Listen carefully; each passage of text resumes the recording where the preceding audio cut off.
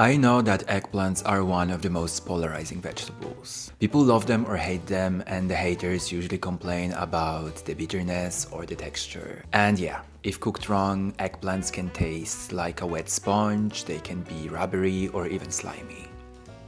It's definitely one of those veggies that you have to know how to treat, but the reward is quite rewarding. Because if you know how to work with an eggplant, you can make so many amazing, delicious summer meals. It's a very versatile veggie. It goes well with a pasta, with a stew. You can turn it into an amazing dip or even a sauce. Here I'm gonna show you how to make 3 amazing meals rooted in 3 different cultures around the globe that I prepare on repeat when eggplants are in season. So, let's go cooking.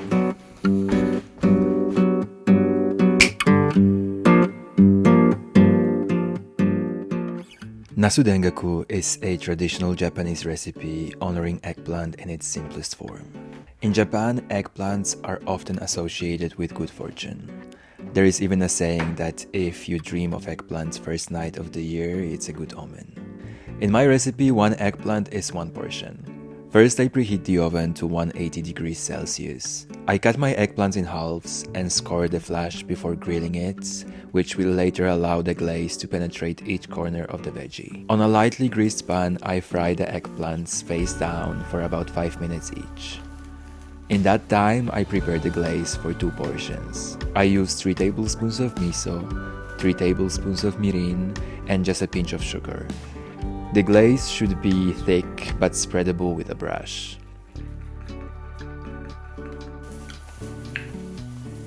Alla.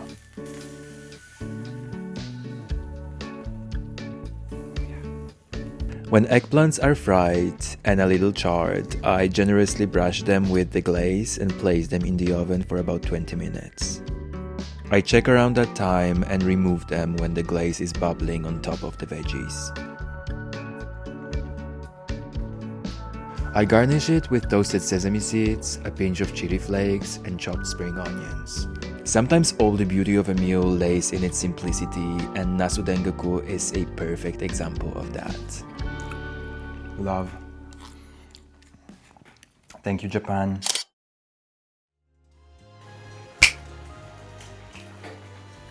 Pasta alla norma holds a special place in my heart because this is one of the first authentic Italian recipes that I've learned after moving there 10 years ago. It's a Sicilian meal, and I must say that this is my favorite region for some delicious recipes. According to the legend, the name of this pasta is a tribute to the opera Norma. It's said that an Italian writer once exclaimed, "This is the real Norma," while eating this pasta, meaning that it's a masterpiece. And I must agree. I had the pleasure to prepare this recipe a few years ago in Sicily with a true-blood Sicilian. And let me tell you, Italians are quite strict about their food, about their recipes and all that jazz. Sicilians though, Sicilians are Italians on steroids. I remember that when Teresa was explaining me the recipe, I asked her if you really have to deep fry the eggplants, and she was like, of course you have to deep fry the eggplants. There will be some people who will say that maybe you can bake it or maybe you can fry it on a dry pan, and to those people I'd say that maybe you can eat something else. And I was like, okay. Anyways, as much as I'm not that rigid in my own cooking, here I'm making the one that she taught me, the traditional one, the classic one, pasta alla norma. So my recipe will feed 2 people, and I start by chopping my eggplants into quite thick, big pieces that I deep fry in neutral oil. I do that in batches, and I fry each batch for 5 to 6 minutes, 3 minutes on each side. After that, I start prepping my tomato sauce. I use 4 tomatoes and I chop them roughly. To the pan, I add 3 tablespoons of olive oil and 3 minced garlic cloves. It's important to add them to a cold oil so they don't burn, and after a minute I add my tomatoes.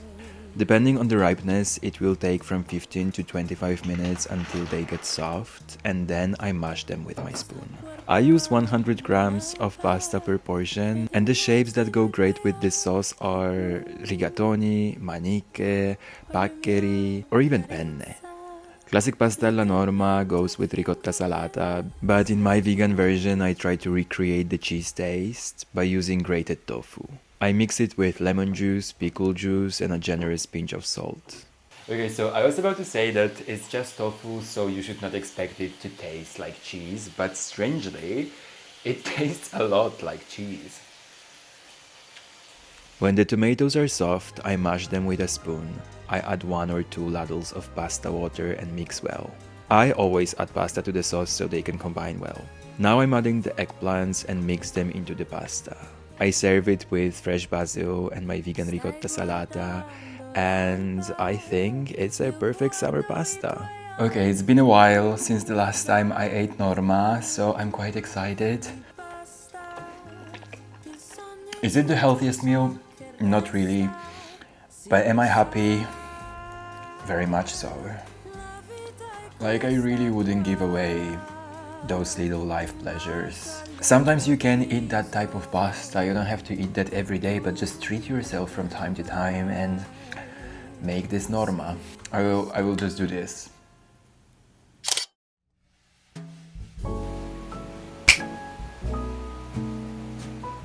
Indian cuisine is basically one of my favorite cuisines, and I've spent a lot of time studying it and learning to understand its nuances. Baingan bharta is a traditional eggplant meal that in various versions you can find throughout the country, and the one I'm making here is the closest to Punjabi tradition.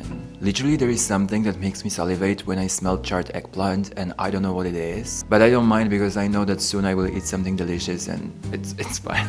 And mixed with tomatoes and spices and chili and garlic, in my book, it's a perfect meal. And honestly, it's not that hard to make, so let's get cooking.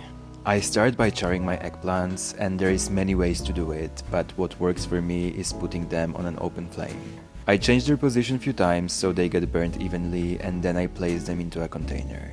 It's important to cover it with a lid, because cutting the air circulation will help with peeling them later. This recipe requires the classic combo of aromatics: onion, green chili, ginger, and garlic. I chop it all and fry it on 2 tablespoons of neutral oil. There is nothing sweeter than the smell of these frying in the kitchen. I chop 4 tomatoes and add them to the pan, allowing them to cook completely. Most likely it will take around 20 minutes. In the meantime, I peel my eggplants, and you can wait until it cools down completely, but I don't have that much patience, so I just pretend it's fine when I burn my fingers. I add the eggplant to the tomatoes all together with a tablespoon of good garam masala and mash it so it creates this thick stew. I serve it with fresh coriander and homemade flatbreads, and honestly, usually I don't bother to plate it and I eat straight from the pan, but for the video I resisted my urges. The smell. Whew. This is 10 out of 10. I know it may sound like a bit of exaggeration, but if I could choose just one meal to eat till the rest of my days, I would consider this. Usually this is a side, but I eat that in such a volume that for me it's a whole lunch. Or dinner. Or both.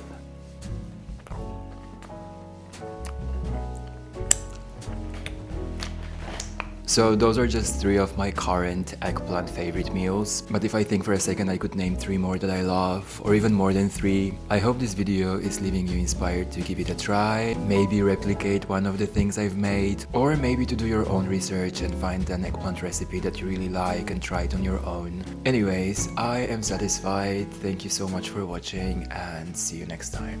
Just one more bite.